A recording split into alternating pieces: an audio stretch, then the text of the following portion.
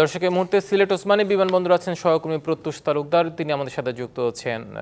প্রত্যুষ, জানাবেন সেখানে যাত্রীদের ভোগান্তি এখন পর্যন্ত কেমন যাচ্ছে, সেটি কোনো এখন পর্যন্ত সুরাহা হয়েছে কিনা?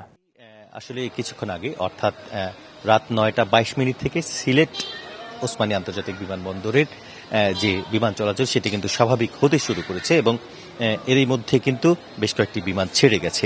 তো সিলেট ওসমানী আন্তর্জাতিক বিমানবন্দরের যিনি পরিচালক হাফিজ আহমেদ, তিনি আমাদেরকে যেটি জানিয়েছেন যে সকাল রাত 9:22 প্রথমে নভোএয়ারের একটি ফ্লাইট কিন্তু ঢাকার উদ্দেশ্যে ছেড়ে যায়। তারপর সিঙ্গাপুর থেকে যে ফ্লাইটটি জরুরি অবতরণ করেছিল ইউএস বাংলা এয়ারলাইন্সের, সেটি কিন্তু 10:01 ছেড়ে যায়। এবং এছাড়াও ইউএস বাংলার একটি ফ্লাইট যেটি মালি থেকে আসে, সেটি রিয়াদ থেকে, যেটি আসলে বাংলাদেশ বিমানের ফ্লাইট, সেটি কিন্তু 10:01 ছেড়ে যায়। এরই মধ্যে কিন্তু আরো কিছু আভ্যন্তরীণ ফ্লাইট ছেড়ে যাচ্ছে।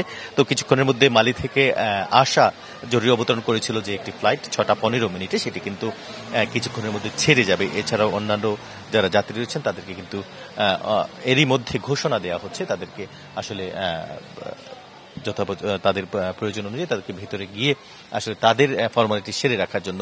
এর আগে কিন্তু সিলেট ওসমানী আন্তর্জাতিক বিমানবন্দরে 3টি আন্তর্জাতিক ফ্লাইট কিন্তু জরুরি অবতরণ করে বিকেল 3:30 থেকে শুরু হয় সেই অবতরণ। রিয়াদ থেকে আসা একটি ফ্লাইট যেটি আসলে বাংলাদেশ বিমানের, এছাড়াও সিঙ্গাপুর থেকে আসা একটি ফ্লাইট যেটি ইউএস বাংলা এয়ারলাইন্সের, এবং এছাড়াও মালে থেকে আসা ইউএস বাংলা এয়ারলাইন্সের আরেকটি ফ্লাইট। এই 3টি ফ্লাইটে আনুমানিক প্রায় 7 শতাধিক যাত্রী ছিলেন। সেই যাত্রীদেরকে কিন্তু বিমানে অনেক যাত্রীরা বিমানের ভেতরেই আসলে তারা বিশ্রাম নিয়েছেন বা এয়ারপোর্টের ভেতরে ছিলেন। তাদের জন্য আসলে যে ব্যবস্থাপনাটুকু দরকার সে সময় সেটিকে করেছে সিলেট ওসমানী আন্তর্জাতিক বিমানবন্দর কর্তৃপক্ষ, সঠিক ব্যবস্থাপনা করেছে বলে আমাদের জানা। তবে বাইরে যারা যাত্রী ছিলেন, অন্যান্য ফ্লাইটের উদ্দেশ্যে কানেক্টিং ফ্লাইটের যারা যাত্রী ছিলেন, তারা কিন্তু কিছুটা অনিশ্চয়তার মধ্যে পড়ে যান এই কয়েক ঘন্টা সময়। যদিও আস্তে আস্তে 9:30 দিকে বা 9:30 পর থেকে যখন বিমান চলাচল স্বাভাবিক, তখন সেই অনিশ্চয়তা কেটে যায়।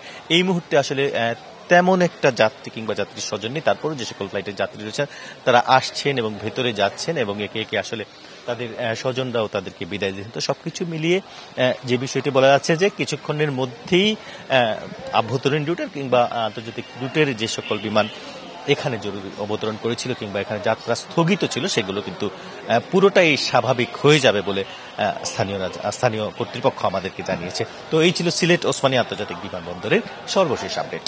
প্রত্যুষ, ধন্যবাদ আপনাকে।